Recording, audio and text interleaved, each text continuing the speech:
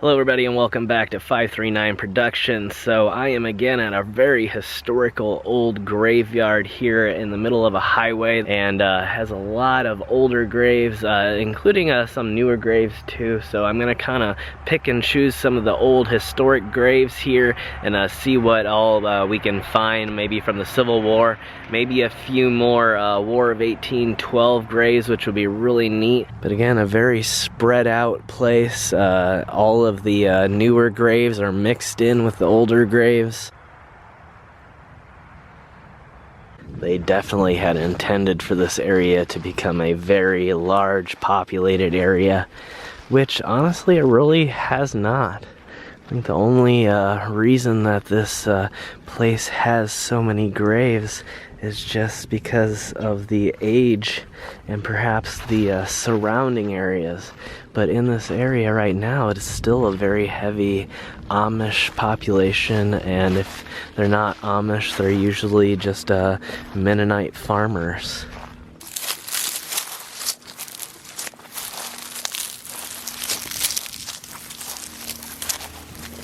It definitely appears that we're getting into an area with a high concentration of Civil War veterans. I'm seeing a lot of the little GAR plaques.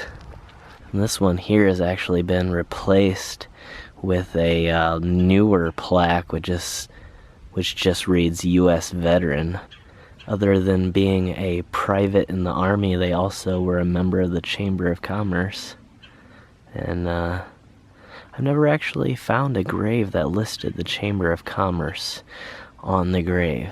That's really interesting. I'm not sure the reasoning behind that.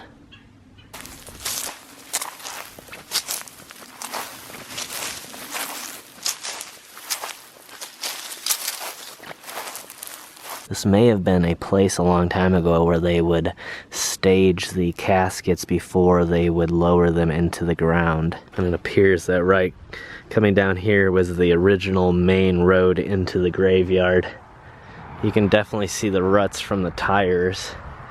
However, it appears that it's been many, many years since it's actually seen any use. You can see here I just passed where there actually is a vault, and you can tell from the little ring here, which would have probably been used to lower the lid down on top at the time of the burial.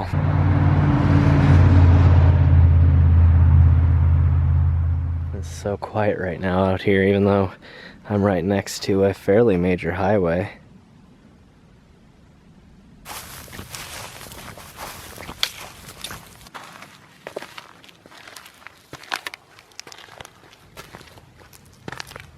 So this piece right here is actually, it looks like it was a part of an old gate that would have closed at night. And you can see the metal piece running down, and the same here on this side as well.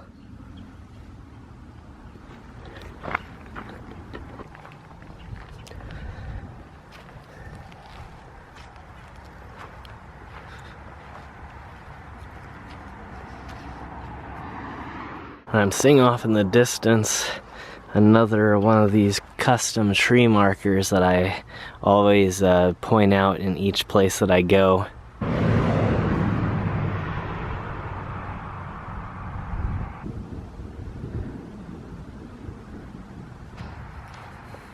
And now I just stepped on to the second old entrance.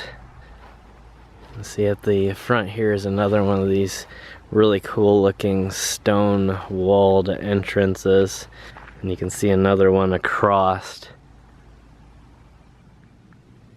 I'd really love to know what actually became of the gates. And there's one, actually that's not a marker, I thought that was a marker, but it's a tree that they've removed. But behind it here is actually one little lonely stone marker. Let's see what that says.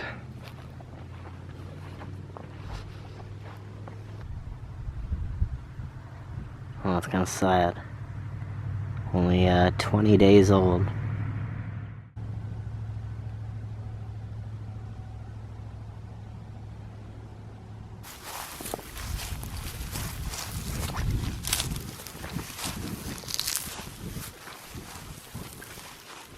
I'm really not sure what the deal is with this little hill here. It looks like there's a couple different markers there, and definitely some cracked pieces. I'm not sure if there used to be a much larger main base stone, which some of these smaller stones surrounded, and maybe that's why there's this huge mound here. But you can see here this incredibly thick stone, which is about, I'd say about 3 times as thick as a lot of the similar stones of its size. Even though it's so tall, a lot of them are usually thin, and you can really get a sense of just how thick it is, especially up at the top. And then right here appears to be a base stone. So I don't know, it's so messed up that it's kind of hard to tell. And this might end up being a place I have to do several different parts on.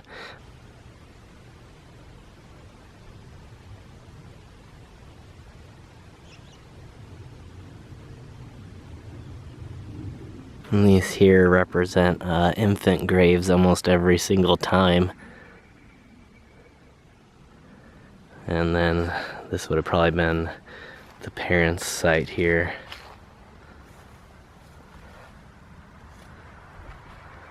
And I know this appears like a police badge. It's actually probably a sign that they were a part of the Indiana infantry during the Civil War.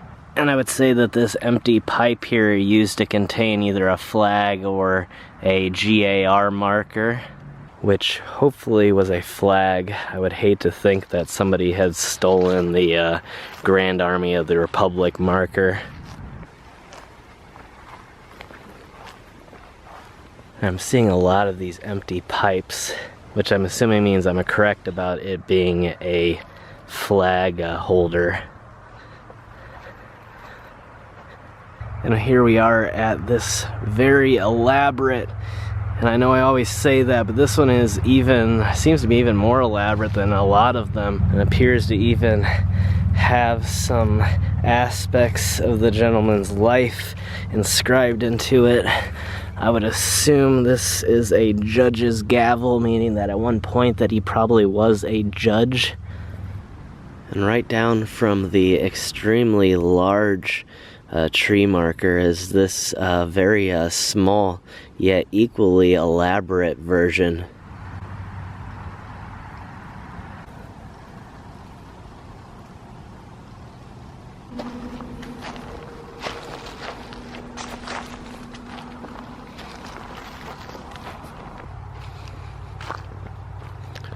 Definitely seeing what appears to be some markers here over in the brush. At least one large one. I'm gonna try and get in and check it out here.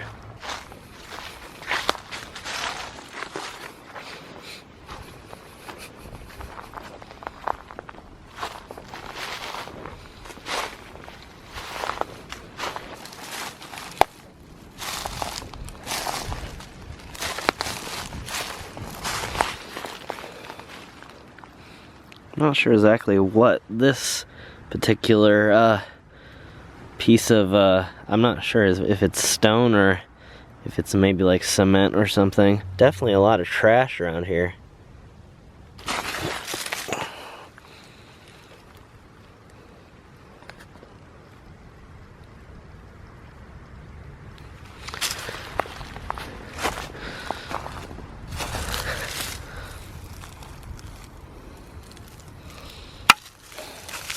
These are old style cans too.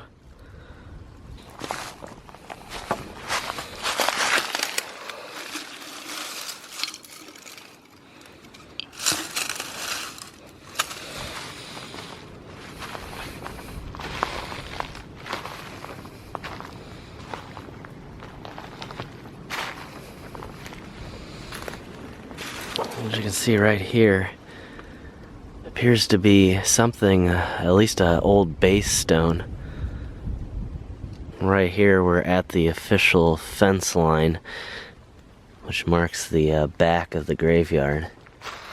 So it definitely appears to have been part of the graveyard at one time.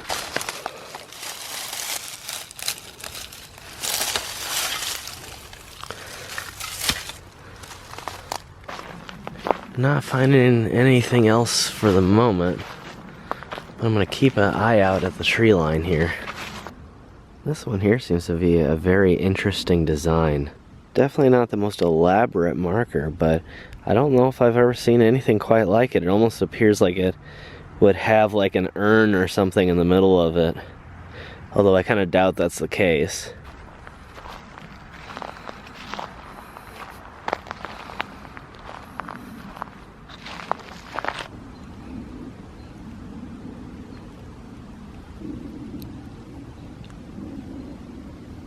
And it does appear that, once again, like many graveyards that I've explored, the boundary lines just seem to get blurred over the years. And you can see here's a pile of rubble. It looks like it would have been a part of the graveyard at one time.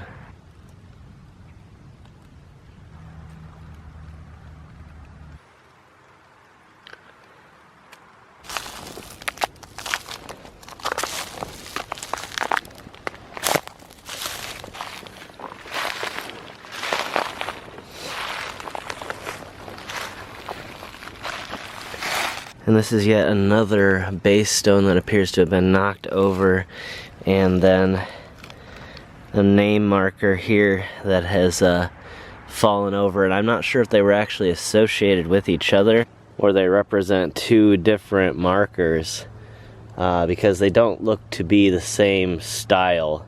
They don't look like something that would have been used together.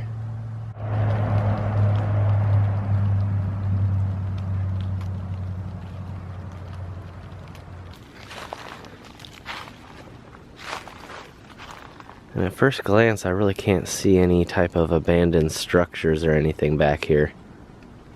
And it looks like the fence line curves back around and then meets up with where the modern day edge of the cemetery exists, which is sort of a strange thing to say, but it almost seems normal now.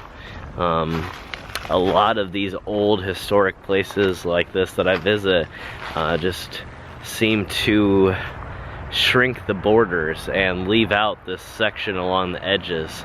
It's almost as if it's tradition. I couldn't tell you why, but there's so many places that I've gone now that are very nicely, neatly cared for, sort of like this place, but then they have these graves that have sort of just been left out in the bush for whatever reason, but were originally within the borders of the graveyard.